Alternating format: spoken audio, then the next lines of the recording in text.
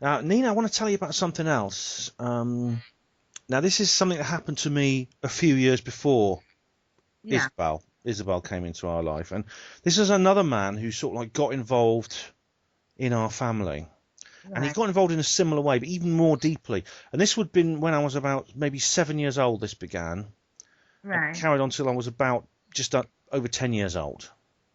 right. Oh And God. I remember it clearly. I remember a man came into our life, and I don't know exactly how he came in.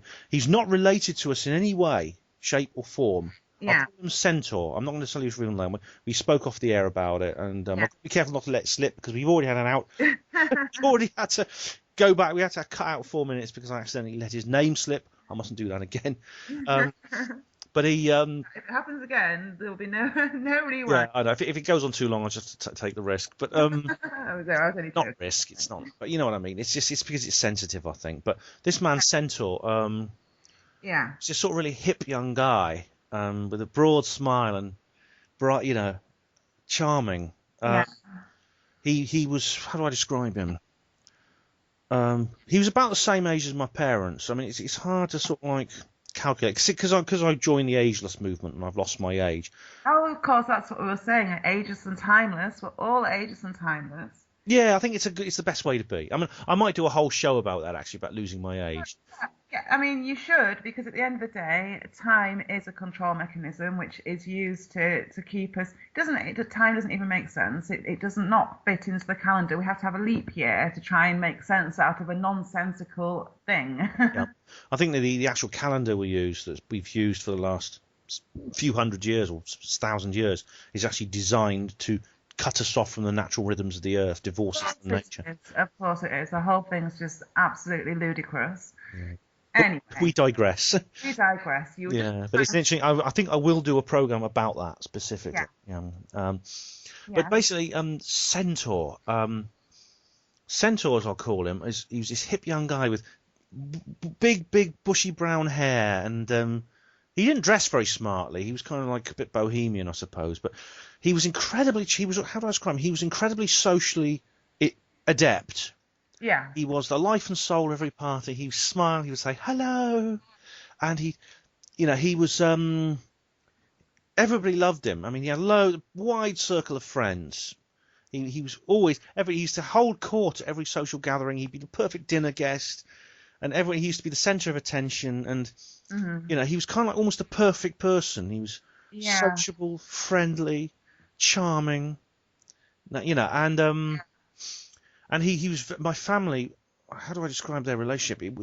I was going to say he was a friend of the family, this guy Centaur, but it's almost like a form of worship, though. My family he became an object of worship, oh my an God, object of adoration, almost religious adoration. craziness, isn't it? It was absolutely incredible, and as I said, he was enormously popular with everyone. He was the women loved him. He had a long string of girlfriends, one of which included my mother, I think, but maybe I shouldn't go into that quite that deeply. But I mean, even leaving aside that, I mean, that was just a part of it. You know what I mean? Yeah, yeah, Um, yeah, yeah. but he had a why. He was absolutely. I mean, if you met him, you think, oh, what a wonderful man. I know the kind of man you're talking about. Intelligent, I've, smart, I've, sophisticated. yeah, yeah, But he was one thing that struck me personable, about. charming. Hmm, one Yeah, thing that struck me about him, he was very emotionally cold. yeah. Well, they're psychopaths, Yeah, so yeah, he was a psychopath, and in a minute I'll tell you exactly what I'll tell you about his other side. But he wouldn't feel. He didn't seem to feel any emotion. I mean, like if we were watching, for instance, sitting around watching a film, a sad film or something, mm, some people would be dabbing their eyes. He'd be completely unmoved. At a yeah, funeral, he'd be. I mean, he turned up at my mother's funeral actually, and I'll tell you about that in a little while. But I mean, he'd be totally impassive at a funeral or wedding or any sort of like or christening of a baby or anything where you're supposed to sort of show emotion. He'd go through the motions of it. yeah, He'd yeah, smile. yeah, He'd say, "Hello, congratulations, you must be so happy," or yeah, "Deepest condolences on your loss." Things like that. yeah. Going Um, emotionless. yeah. But he used to laugh, but his laugh it was the strangest thing I ever heard. He'd go, he'd suddenly throw his head back and go, ah, was like it was Oh my almost God, that's right. crazy. And suddenly he'd be back to normal. Oh my God. So it was a That's the complete most fox bizarre laugh. thing. He'd be back to normal the next moment, and he laughed so you could hear him down the street. He was so loud when he laughed. Oh my God. And So, but the thing about it, this is very painful to talk about, I mm. must say, but I do want You're doing really well. to. You see, in private, he was a very, very different man indeed. In fact, he was an extremely violent, sadistic man, psychopath. Yeah. He was emotionally abusive and physically abusive, and he abused me. Yeah. I don't want to go into too much detail about that, Yeah. but he was emotionally, physically abusive to me, even in public. I mean, in front of my I family, was just gonna not ask, everyone. Sorry. yeah, I was just gonna ask, like, in front of your parents, did they show? I mean, if he's, did, did they just pretty much let him like treat you like rather like his own son kind of thing, in that he could pretty much say whatever, speak to you in any manner that he wanted to? Yeah, I mean, he was when not in front of everyone like the family and friends, right? He wouldn't do it in front of everyone. He knew when he could get away with it and when he couldn't. Yeah. He was very, very clever like that. Yeah. But when in front of my family, he used to be physically violent towards me and emotionally cruel towards me when I was like 8, 9, 10 years old. And when you say physically violent, to what kind of violence? Slapping me round the head, Really? pushing me against the wall. Oh my God. I mean, it was unbelievable. My parents just used to stand there like sheep, just watching him, and it's like, just looking. And I mean, it's something that haunted me throughout my life. Actually, it took me a very long time to forgive my parents for that. Yeah, yeah. I mean, Understandably. yeah. I mean, I was absolutely so angry about it. I mean, because it's just to me, it's incomprehensible. Honestly, if someone did that to Louisa in front of me, Yeah. it would be the last thing they ever did. It Yeah. really would.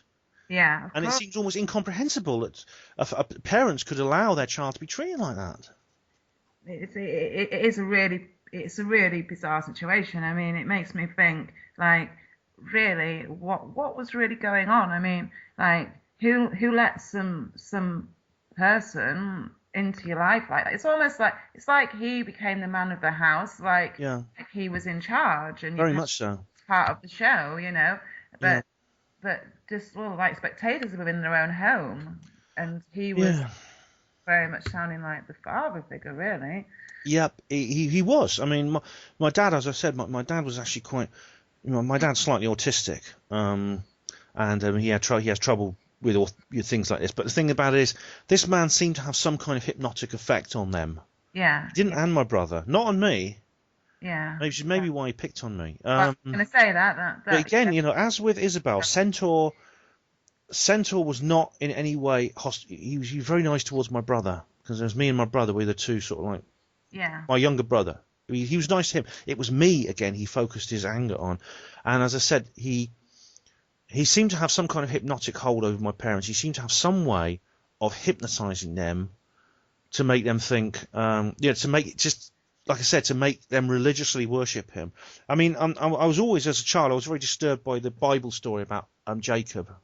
And do you know the story of what Jacob and Isaac from the Bible? yeah, yeah, Jacob says to God says to Jacob one day, Jacob's just had the baby Isaac and he's absolutely dotes on him.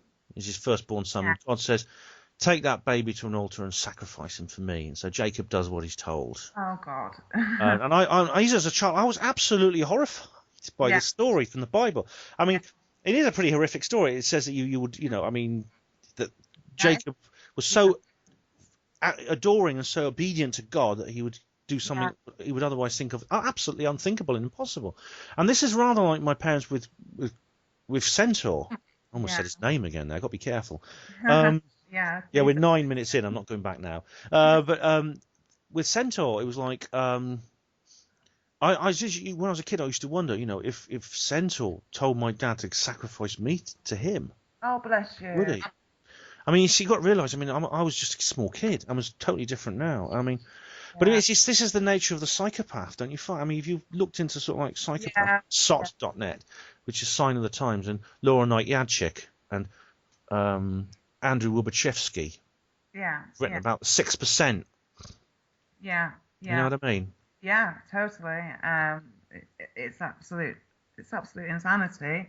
Um,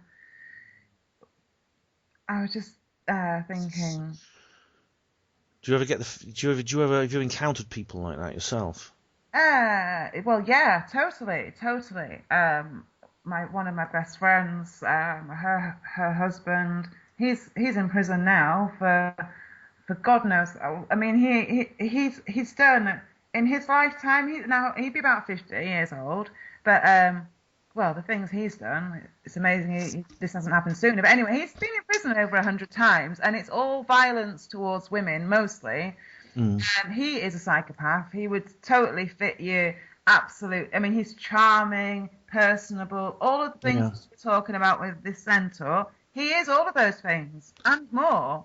But he Yeah. is also the polar opposite, you know? Yeah, and he knows. I bet you he knows when he can get away with it, when he can't. He doesn't do it in public. He does it in private, in the home. This is the thing. Now, their excuse to the world would be that they lose control. No, not at all. They're not losing control. When you can keep that front on to the whole entire world for all of that time, but the second that you've got a minute when there's no one there, you're not losing control. You're waiting for the moment. Yeah, they don't lose control. They had some of the most controlled Absolutely. individuals on earth.